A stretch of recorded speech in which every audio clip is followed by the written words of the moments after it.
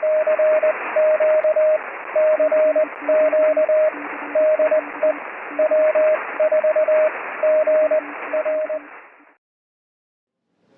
evening, everybody. How are you doing?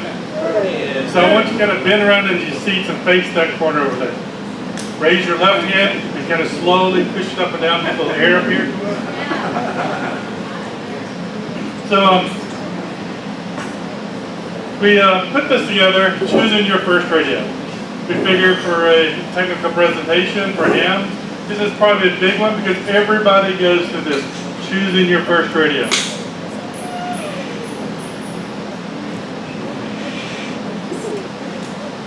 So why do you need a radio? Yeah, that sounds like an obvious question, but today that's not necessarily an obvious question.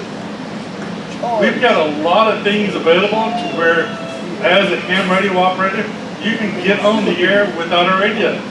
You get echo links, the DV dongles, remote bases.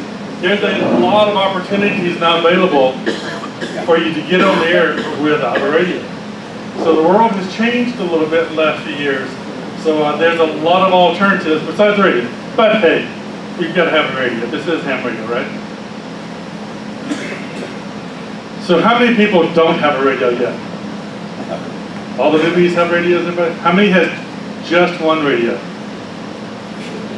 2 hands, 3 hands, okay, 3 hands. 2 to 5? A lot more hands. 6 to 10? Like so the other half? More than 11?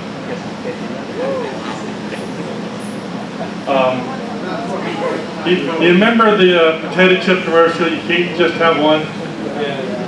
That's a lot like ham radio. Lots of different things, lots of different reasons, a lot of not reasons. I do a lot of work up at Dayton and some other places, and people come, it's like, what radio should I get? That is the hardest question because it's really, really particular to the person. I'm weird. What I want is different from what you want.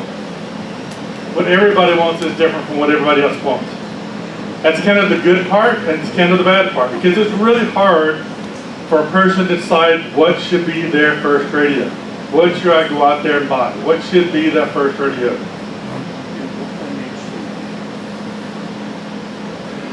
So, in making that decision, I think what you need to think about is, what do you want to do? Because remember in ham radio, there's a lot of things that you can do. So the question is really, what do you want to do? You want to talk to the people near you, the folks in the club? You want to talk to people far away? You don't want to talk to anybody. Talk to people far away. You want to do CW, code? You want to do digital modes with a computer? You want to do digital modes by voice?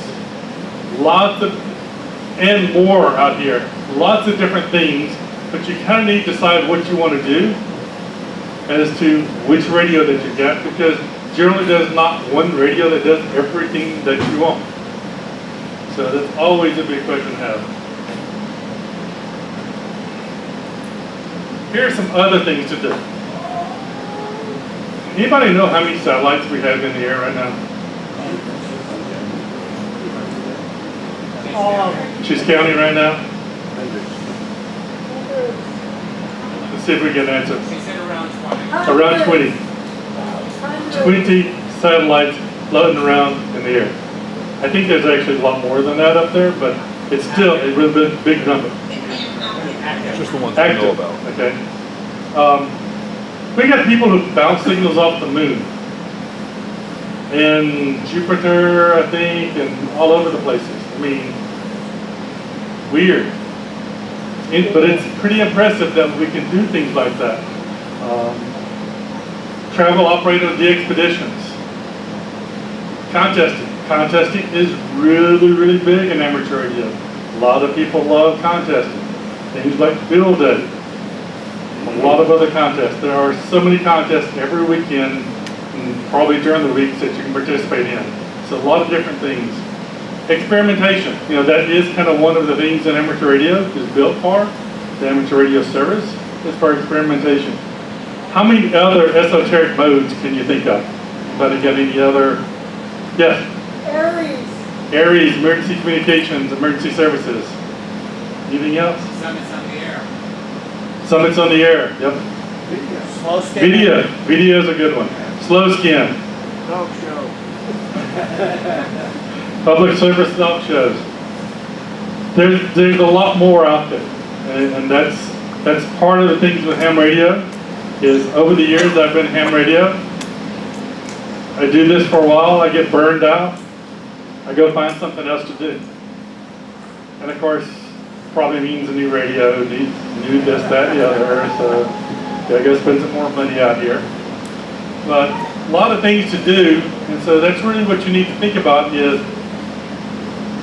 when you get your first radio or when you're buying a radio, what is it that you want the radio for?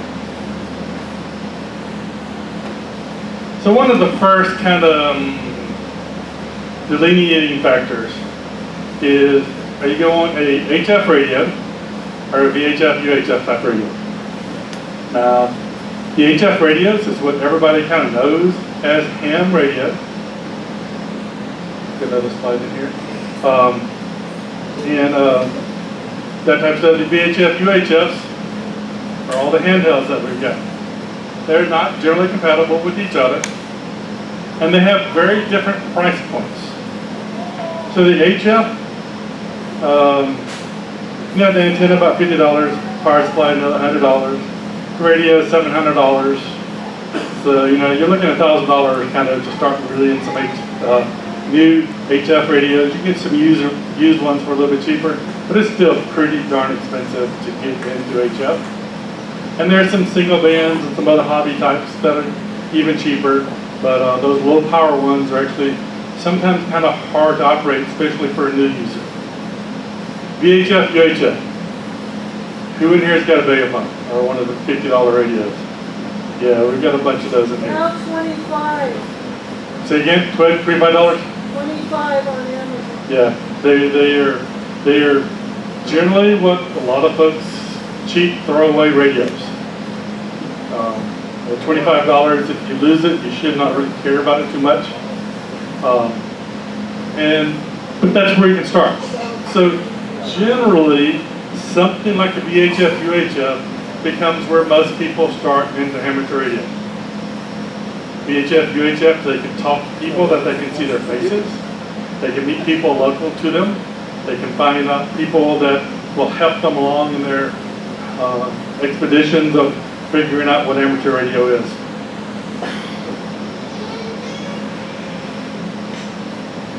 So along that way, which band are you going to use? Should switch these slides around.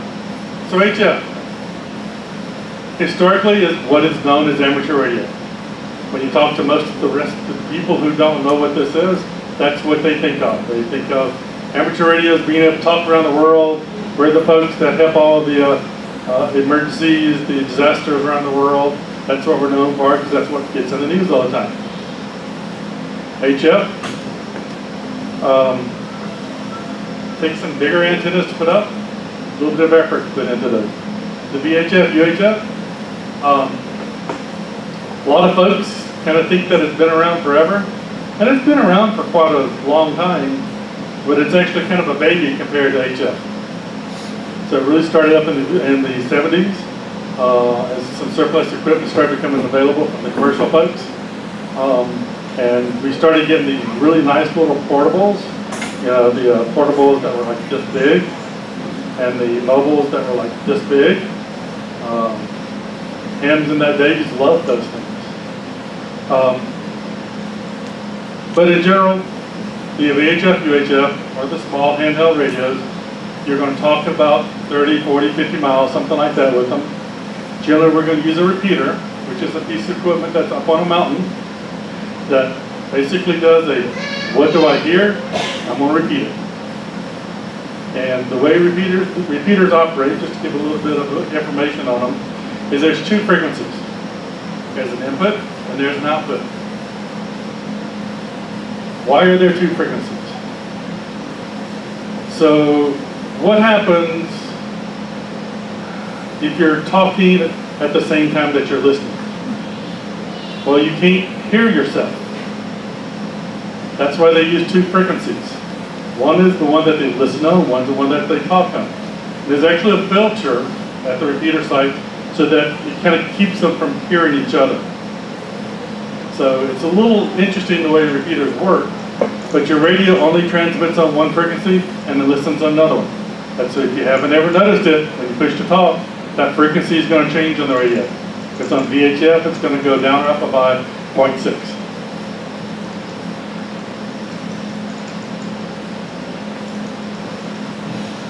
So here's kind of a picture of the electromagnetic spectrum.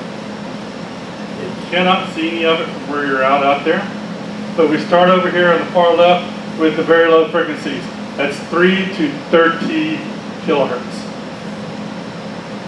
We put radios there. We've now, what's our lowest? Do we have a band in below 30 kilohertz now? We're still above that. 2000? 630 kilohertz. Okay, so it's still down below there. But if we were talking about voice, this is where the voice sits. This is the frequencies that your voice normally uses. We can do some radio there, but it's the voice.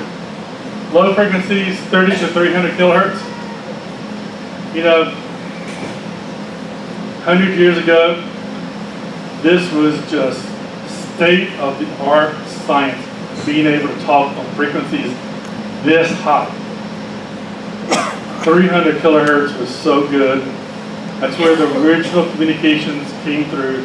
Was on these frequencies right here. The hams then, well, once we figured out we could talk on these frequencies, the hams kind of got pushed out. So they were pushed up into the really high frequencies of the medium frequencies, the 300 kilohertz to 3 megahertz. Well, we got down there and started playing, and guess what? We could do all sorts of stuff with those frequencies. So the commercial guys came in and pushed us out of that one, made us go to these really high things, called the HF. Well, that's the HF that I've been talking about. We still have big allocations in HF. We still do a lot of work there. But we got to share lots and lots of it now.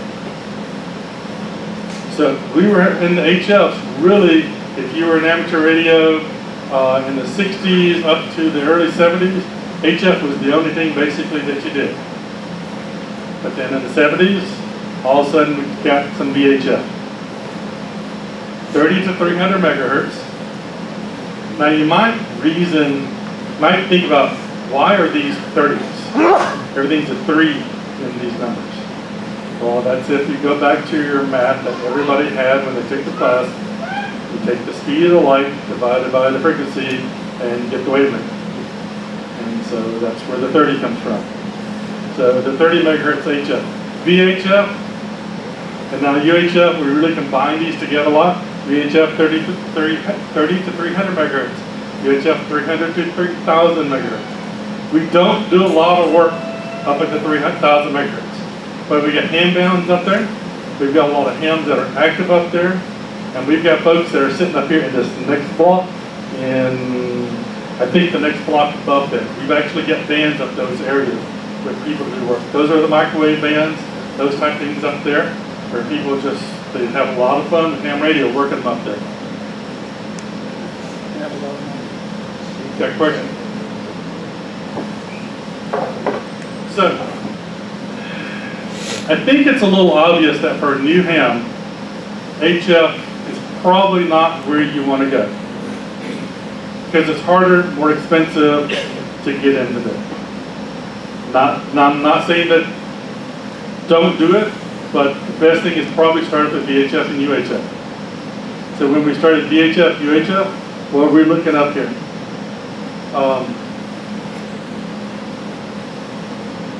So you got to get a radio. It's one of the things I'll talk about where you can get it from in a second. You probably want to get a programming cable with that radio. Because everybody in here should have been able to program a frequency in their radio. Has everybody programmed a frequency in the radio? Has everybody programmed a frequency in the radio and saved it in a memory? How many have done 100 of them? 100 memories by hand on the radio. Yeah, the hands with that. It's a lot of work. It's a lot of work to go through, and it's a lot of which one am I on? Well, I'm confused now. Dang it, I entered this one wrong. Did I enter it wrong, or did I fix the other one right? Or which one was it? The battery should come generally with the radio, the charger, and an antenna. So out of the box, you can get on the air and operate. It's the nice thing about the VHF, UHF, it gets people on the air very, very quickly. VHF, UHF is really line of sight type communications.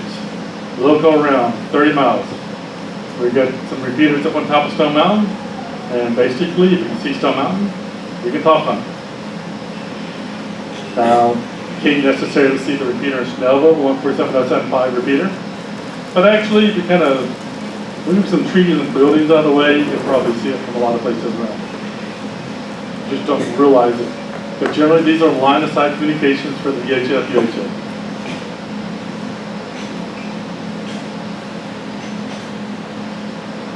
So again, talk about the repeater a little bit. When you're talking, you talk to the repeater. Your radios, especially the handhelds, are putting out a couple watts.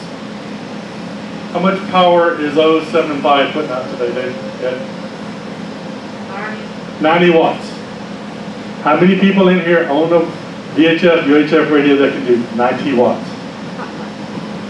A couple. It's not common for users to ever use that much.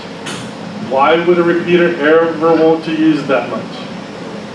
Because it really wants people to hear no matter what. And what that generally means is that that repeater can out-talk it, what it can hear. So you will be able to hear the repeater very, very well, but the repeater is not going to hear you that well on the fringes. That's one of the reasons why you have a lot of noisy people on there. Now you could reduce the repeater power and you don't hear it as far, but then the repeater becomes a lot noisier to most people when they're listening. So it's a little bit of trade-off on how you will do all this, but that's generally one thing that's got a lot more power. It repeats your signal, whatever comes in goes out. Now on FM, if you ever notice, have you ever switched from the repeater talking to a person to simplex talking to the person? Do they sound the same? No. They don't sound the same whatsoever.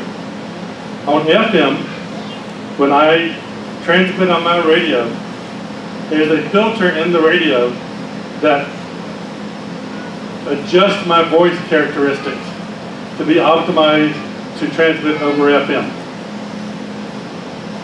On the receiver at the repeater, there's another filter that undoes what it does. That conversion is not 100%. And at the repeater, there's another filter on the transmitter that adjusts it again, and then on your receiver, it gets adjusted again. So on FM, your voice, I'll use the word, gets distorted 4 times through a repeater, where you're on simplex, it's only 2 times. And you can hear the difference. It is sometimes quite pronounced. Some of this sometimes has a little bit to do with the tuning of the repeater, because you got to get the voice levels right between the receivers and the transmitters on the repeaters. And sometimes you get it right. And ours has got some remote bases in, where when you have the remote bases, you have to get another set of scrambling of the voice going on. So a lot of things can go on with your voice signal. So a lot goes on with your voice on FM that you never see as it's going through the repeater. But basically, you talk, the repeater hears you on one frequency, transmits you back out on another frequency. Now, on 2 meters, what's the standard offset? 600 kilohertz. Okay, I hear a 600 and points or a 0.6. Which is right? Depends on what you say, 0.6. So this can be confusing for new users. Very confusing. It's 600 kilohertz. are 0.6 megahertz. Those are the same numbers. So it's like 1K versus 1,000. They're the same number when you look at those. What's the standard offset on 440? 5 megahertz. Okay, here's one. What's the standard offset on on 220? 1.6. On VHF, the offsets will switch from being a plus to a minus. To a degree, and there's history behind this one. Originally, the only frequencies that we had was 146 to 147. And so all the repeaters fit in there, and they were all set up with a minus 600 offset. So the repeater started at 146, 600, went to 147, just below 147, all minus 0.6. But then we got the 147 to 148 portion of the band for repeaters. Because technology was not that great in those days, the folks decided that we needed to keep the transmitters closer to each other so the user's receivers could be better tuned. And so therefore, on 147, the offset's in the other direction. It's a plus offset. And then we go down 145, we realized that we didn't have to make those type things again, so we ended up with a minus in 145. So it gets really confused. Your radios quite often know these, but there are some repeaters that don't fit to those standards. The coordinating agency for repeaters, Southeastern Repeater Association, tries to fix those, but there's still some of them around. So, tone. That's another thing that you have to think about when doing FM. What's a tone? Can you hear the tone when we talk about it? I see heads shaking no. I see heads shaking yes. And the tones range from 67 to 147 hertz. 255. 255, okay. 255. Yeah. So when you're in the lower frequencies, you can't hear those. When in the higher frequencies, you can hear those. And so depending upon what the repeater owner has chosen, you may be able to hear the tone sometimes. Sometimes you might. Also, some of the radios have filter in them just to keep them from being heard. The repeaters themselves will have filters from the receiver to the transmitter, so the repeater actually has to re-inject tone in the transmitter so that the radios can hear it. So that tone, well, what does it do? Why do I have to have that? So the reason for the tone is, think about this repeater up here. Think about the repeater from Stone Mountain. How far can you hear on VHF from Stone Mountain? Anybody ever gone up and see how far away they can talk from the top of the mountain? Yeah. I've talked to Greg standing on, he was at the incline in Chattanooga. Chattanooga? Okay, standing right there with a little arrow, with HD antenna. And I've talked to him on the computer. From Chattanooga to Stone Mountain. From Lookout Mountain to Stone. Brasstown Ball to Stone Mountain. Overlook Mountain, yeah. They can hear a long ways.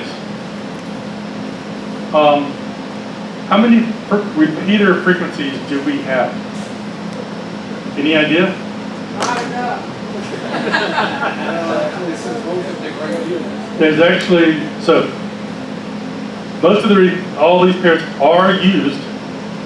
Believe me, they are used. They are on the air. They are used, but when we look at them, I think there's 30 or 40 pairs. Is that few or that many? There's not a whole lot. Yeah, just VHF. Something in that neighborhood. There's not a lot. So if you have 100 repeaters, where do you put, let's say there's 30 pairs. If you have 100 repeaters in the southeast, where do you put what frequencies do you put the other repeaters on? Same frequencies. Well, if we put a repeater on Stone Mountain and one up on Lookout Mountain, how does it know which one I want to talk to? It doesn't, so they keep talking. So what ends up happening is that the people are up on the Lookout Mountain, they're talking through that one, the folks in the Chattanooga area. And then some of them start getting into the Stone Mountain repeater. And the folks down here try to talk back to them, but the folks up there really can hear the repeater because their repeater is louder than ours. So we start having interference. What the tones do is our repeater, the Stone Mountain repeater, and Chattanooga repeater would have different tones on them. The receivers don't open up on the repeaters until it hears the right tone. So the Southeastern Repeater Association requires all the repeaters in the Southeast to have tones. So that's why we've got to have tones on these radios. So you got to put the program and the tone in the radio. Frequency, the tone, the offset, plug it in the radio. VHF, UHF operation. You've got the receive frequency, as I said, the offset frequency, the direction, the tone, which can also be known as CT, CSS, and PL. People come up with all sorts of different names for this thing. Motorola comes up with some, and GE, Motorola's a CT, CSS, GE was PL, Motorola's PL, get lost. And then the programming software. Where do you get these frequencies from? Google. Google frequencies? Is that what I would do? So there's a number of locations out there. If you're going to want to talk to the folks here at this club, where's the best place to go get the frequency that the club members use? Our website. The GAR's website. The frequencies are listed there. You can go there, put them in the programming software, put them in the radio, and now you can talk to the folks in the club. There's a number of other sites. Repeaterbook.com is probably one of the better ones out there now, which will show you a lot of frequencies. AWRL has their repeater book, and it's for sale, and you can go get that from there. They sell the online version and a book version of it. I think they still sell the book version of it. That's where you go find all the repeaters. Can anybody guess about how many repeaters there are in the U.S.? 2,500 I hear. Any other guesses? Several thousand. Anybody want to come anywhere near the number? I hear over 50,000. We went a little bit too far. There are over 20,000 repeaters in the U.S. That's a lot of repeaters. That's VHF and UHF. All the modes, I think, also. That's a lot of them. How many radios can hold 20,000 memory locations? No. So, hey, you've got to put in what you can put in. So, you put in the ones that are around you, get them in there, use the software. One of the best softwares is RT System software. The folks who do that actually live here in Georgia now. They've got software packages out for a lot of radios. It's not free, but it's cheap, and they have some pretty great programming tables for you also. So those are available. So, operating. Here's one that lots of people forget to do. Listen before you talk. Think about it. How many times have you changed channels, picked the radio up, and started talking? How many times have you done that? I know I've done it.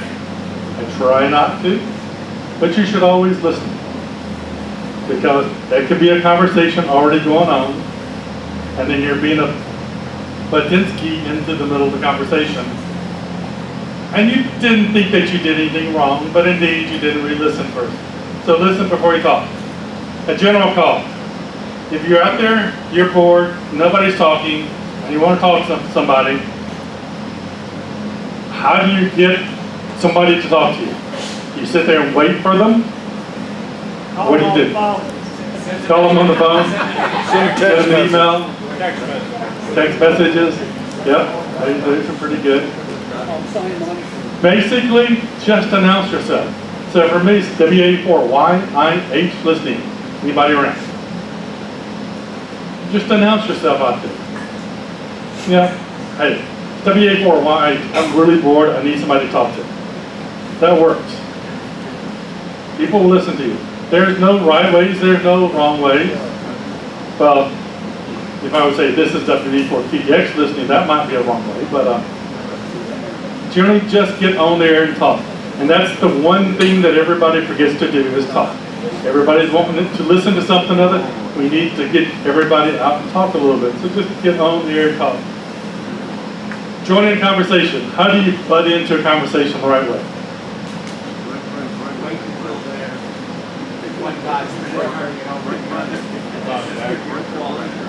Wait till there's a lull in the conversation and drop in your call sign. Am I not supposed to say break? If it's emergency, If it's an urgent, I would say break, drop in. Yes. say contact. Say contact. Say contact. I would not recommend that. That's not something that's a common procedure from my point of view. But here's the point. People need to leave space for someone. In other words, don't quick key. That's a big problem that I hear even on our review. People are quick keying, and if you have something to add to the conversation, and there's just continued quick key, it's frustrating. So the comment is when you're on there talking to somebody else, leave a gap. Give a gap for somebody to jump in there. And all you gotta do is drop your call sign and it's WA4YIH. You know, and it really doesn't necessarily even have to be legible. Because they hear somebody else come on the air and say, oh, who is that? You want to talk to us? And then you can drop it in there. But basically, drop your call sign in. When you're in a conversation, give a gap. Now, I'll say that the definition of gap changes depending upon who you're talking to. Some people can break into a gap this big. Some people need a gap this big to break into. So just think about it. Give people a chance to drop in every once in a while. And it's maybe not between every transmission, but every few transmissions, just take a breath. Just take a breath. That's good enough. Say again? So what happens, the question is, what happens to the repeater if it's keyed up for 3 minutes? Now this timing may change on different repeaters, but if you get on there, and I'll tell you a quick story in Civil Air Patrol, on Sundays we would have a chaplain's day. The chaplain would get on there, it's HF, it's not VHF, it's not case. But he'd get on there, he had a push to talk, switch. And actually it's one of those, he'd click it once, it turns on, he'd click it off, he turns it up, and it turns off. He would click it on, and 30 minutes later, he'd finished his sermon. But on repeaters, what if there's a signal that inadvertently starts up and just won't go away? Do you want the repeater with 90 watts transmitting forever? No. So what there is, there's this little circuit on the repeaters that if somebody transmits for over, this one, is it 3 minutes, Eddie? Say 3 minutes. Then what some folks they call the alligator comes out and chomps your signal. What happens is it turns off the transmitter, the repeater's transmitter, until whoever is transmitting stops it. And once it's turned off, give it a few seconds, and then you can start transmitting again. But there is the alligator out there for 3 minutes that will chomp your signal down. And the worst thing is that person who talked for 6 minutes and took the alligator with them, well, you let them know that the alligator got him, and then he comes back on and gives you the other 3 minutes again. You didn't want to hear all that. But keep your transmissions short. Keep them nice. Realize that there's people on there. Sometimes there might not be a lot of people on there, but they might pop in and out. So keep your transmission short. So be careful out there. Be courteous. That's probably the biggest one out there. Is be courteous. Realize there's other people. Listen before you talk. Give a little space for people out there. Courtesy tone. Courtesy tones are an interesting thing.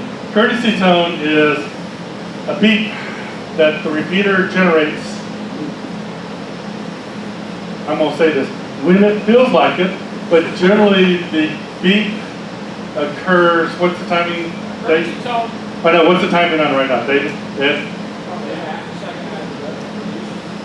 You know what courtesy tone timers are? Half a second, something in the neighborhood. Basically what happens is, I stop transmitting, and a half second later the repeater goes beep. That is the gap that the repeater is kind of putting in there for people to jump in. And that's where some people can jump into that one, the courtesy tone beep, and other people can't. But the beep is basically there to let you know the other guy has stopped transmitting. Sometimes you can't hear that. Now, I'll tell you a little story. I was a trustee for Stone Mountain Repeater for many years. I went up there and I adjusted the tone. I got it all right. I go to the meeting, just like this. I give a report.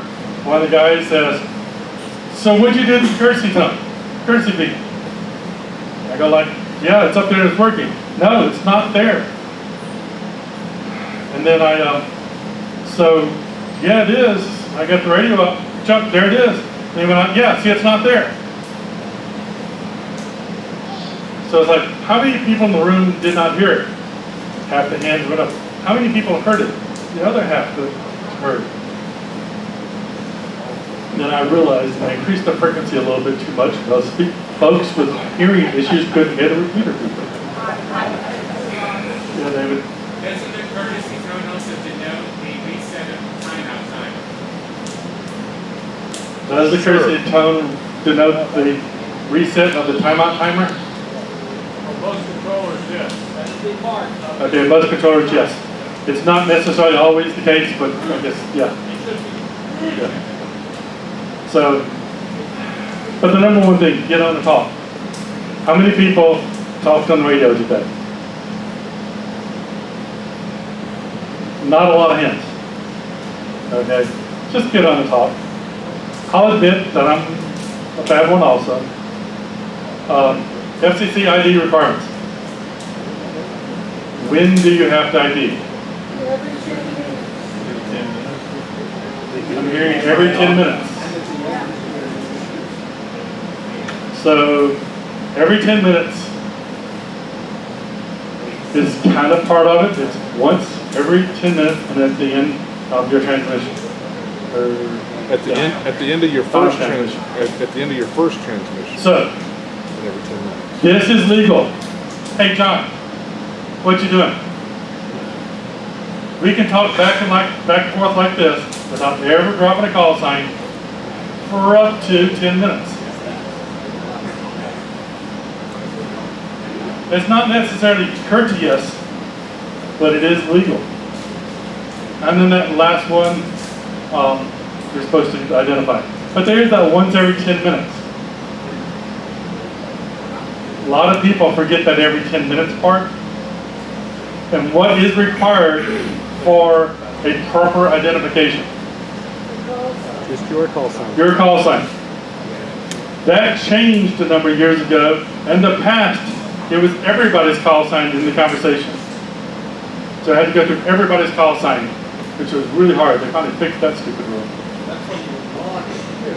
Yeah, logging in and all these things.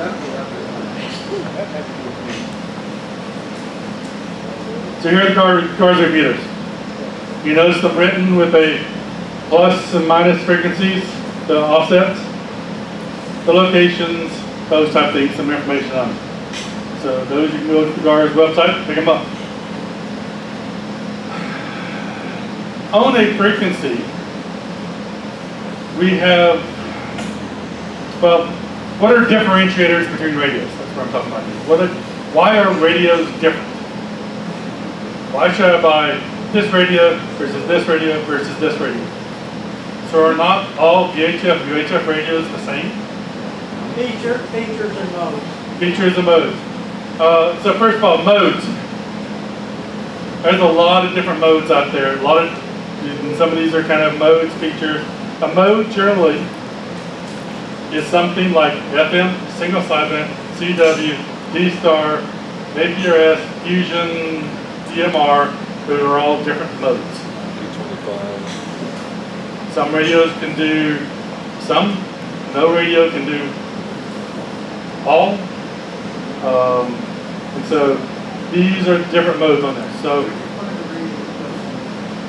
no radios can do all. So these are some modes. General, VHF, UHF, first time users, the one that you want to make sure you hit is FM. That's what you want to go for. There are some others that you might want to look at, but that's it. Programmability. How easy is the radio to program?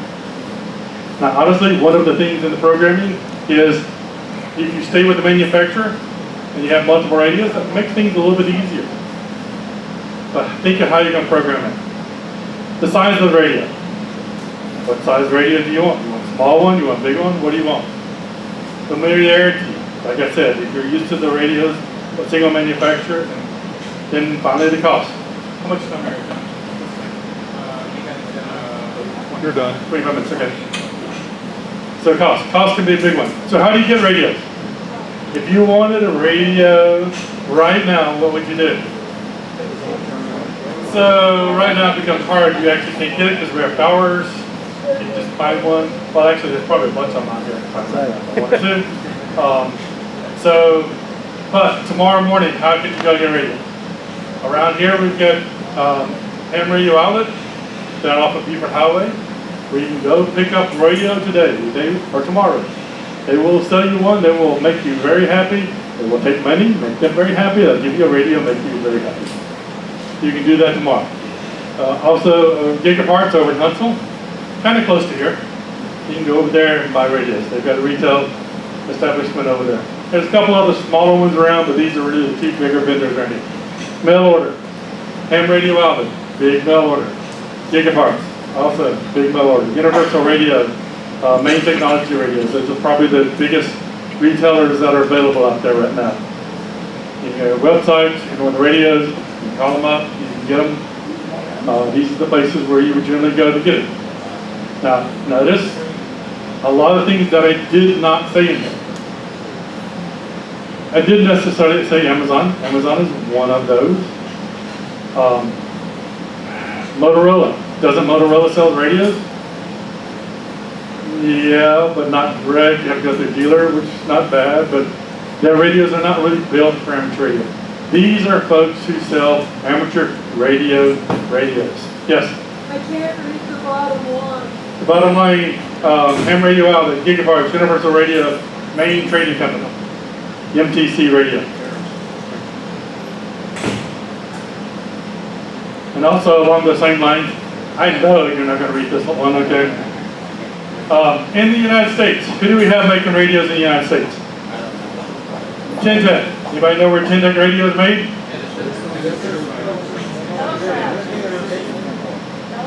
Where? Tintec has been bought out by Distronics. Yeah. Tintec, and they still got the factory up and it's available, right? That changes up there. Well, as of a year or two ago, they were built in the United States. Aircraft built in the United States. Anybody know of any other radios that built in the United States? Aircraft's got US first, I believe. Flex is building, yes. Got Flex, yes. In Japan, Icon, Kenwood, Yaesu, Alinka.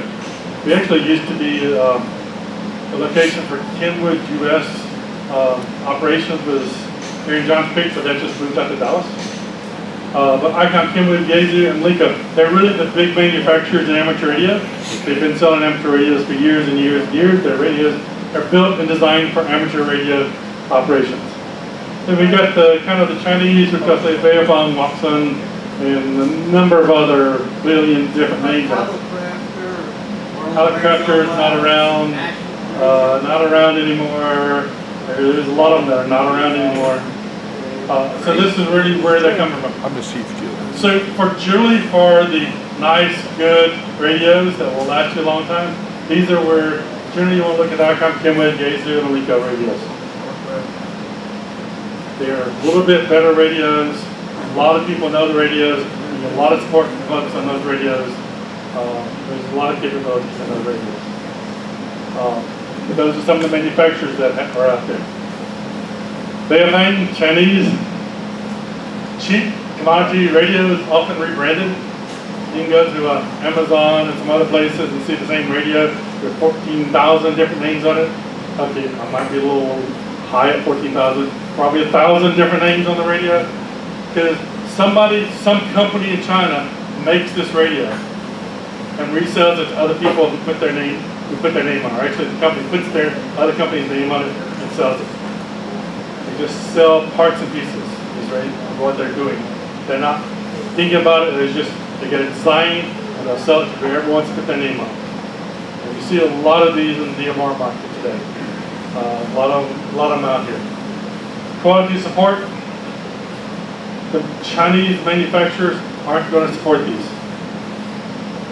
They'll have people that you might buy them from, maybe support them, they may not. Most of the dealers that you see buy these just go to some of the websites and they just order 100 of them at a time. And they don't get any support, so you got to look at these. Now, there's a lot of these around. There's a lot of folks using these, so you do have some support and some of your fellow folks. So you can use a lot of these. And user interfaces is not a priority here. I'm not necessarily a huge fan of some of those user interfaces they have on those radios. A little harder to understand at times than other ones. And they're cheap. It's $25. I think I might have seen some up to date at $16 even. I mean, it's ridiculous how cheap these are. But remember, you get what you pay for at $25.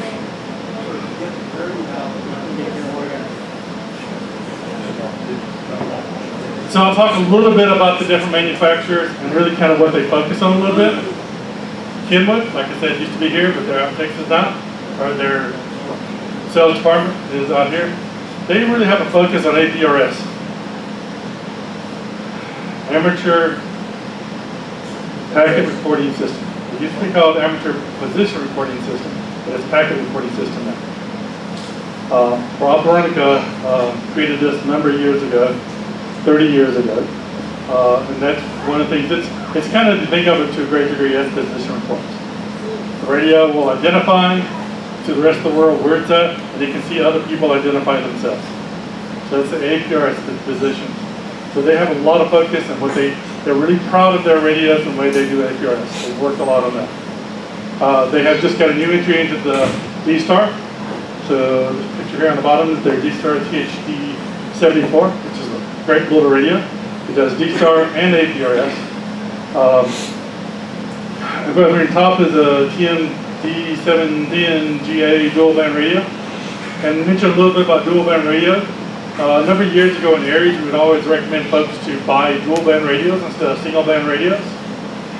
And because a lot of folks had single band radios. Well, today, it's actually harder to buy a single band radio than it is a dual band radio. So, but if you think about it, think about the dual band because you've got a lot more repeaters that connect to a lot of things that you do. So Kenwood, nice radios. They do a lot of radios. They build for amateur radio. They focus a lot on APRS. Alinco is kind of one of the bottom tier manufacturers. It's still up there in the top ones. They're not a top 3. They're the 4th. Where I would put them. They've made some pretty good radios over time. They were the first to make a digital radio. Didn't really work, but at least they made the radio. But here's a DR735 dual band mobile, and DJ 500T dual band head-out. They've had some pretty decent answers out there. Yes. You need to make sure you tell them we're talking about VHF, UHF radios. We're not talking about radios in general right now. Right. Because this is VHF, UHF, and these not radios in general because these are the radios that a first radio purchaser would tend to buy. I remember what I'm up here speaking about today. Yaesu, ICOM, and Kenwood are the big ones out here. Yaesu has an digital mode, which is their mission, is their Yaesu System Fusion digital mode. Their radios do APR, some of their radios do APRS as well. They're not quite as proud of APRS as Kenwood is, but they do it. FT70 DR mobile dual band handheld, they're on the top. 3200 dual band mobile on the bottom. Does anybody have one of the really small Yaesus in here with them tonight? They make some really nice small radios. Really, really small radios. Okay. That's your question in the back? He's got one? You got one? Yeah, that's the small one on the. Anybody got like an ICOM or any one of the other radios you can sit next to it? Yeah. So it's like still about 2/3 the size of the small icons. So it's a really, really small radio. So Yaesu is really big in amateur radio. And they make some pretty good radios out there. ICOM. ICOM and Kenwood actually started up with the D-Star protocol, but ICOM's big thing now is on the D-Star radios. So D-Star is another mode like FM. All these radios do FM as well as D-Star. So Kenwood and the Yaesus do FM and APRS. So ICOM does D-Star and FM. So this radio works normal.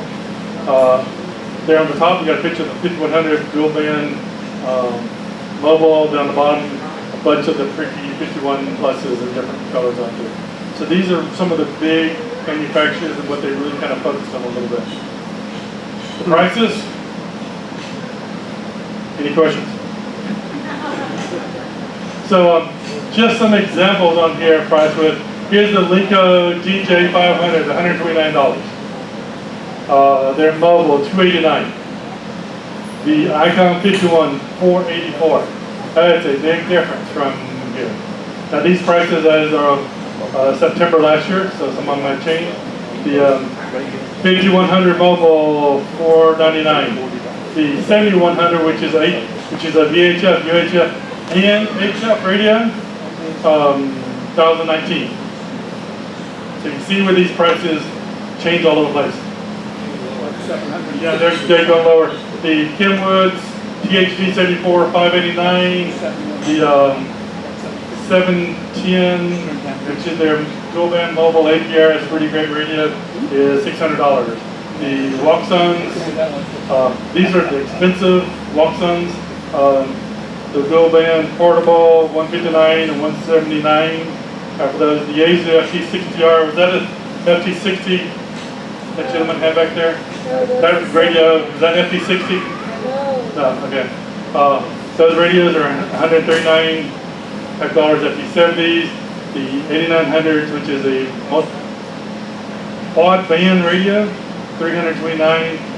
The 400, 100, 400 is $600, $39. So you see these prices are all over the board.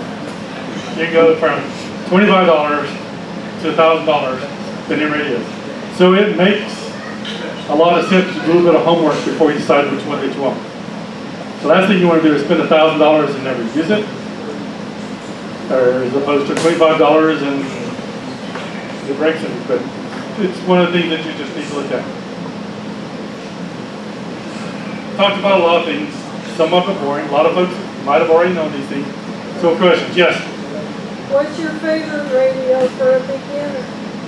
What's my favorite radio for a beginner? The one you can afford. The one you can afford is one. Although I've had people come up to me and ask that question, it's like, oh, I was expecting to drop $1,000 on it. That's a different question. It really is. And you don't have to break the bank. There's no need to break the bank here.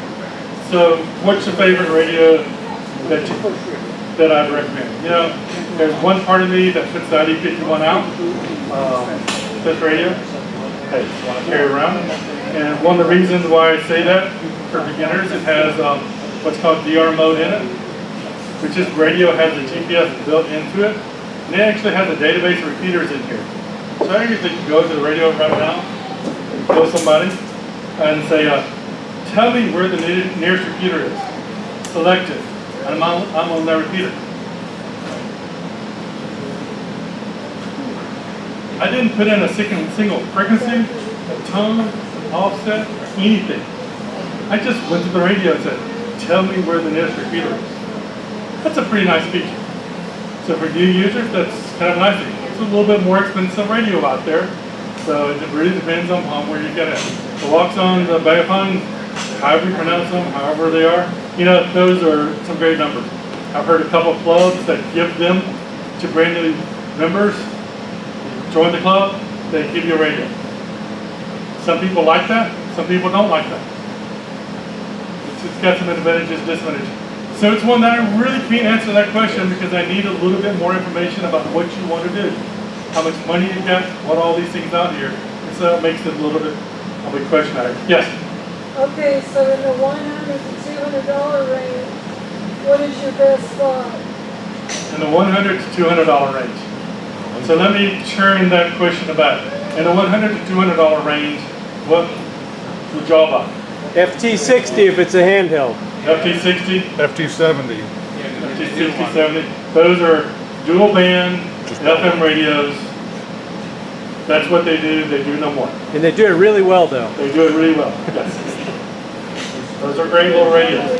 So that's an example. Yes. And you can program them with the RT system software or Chirp.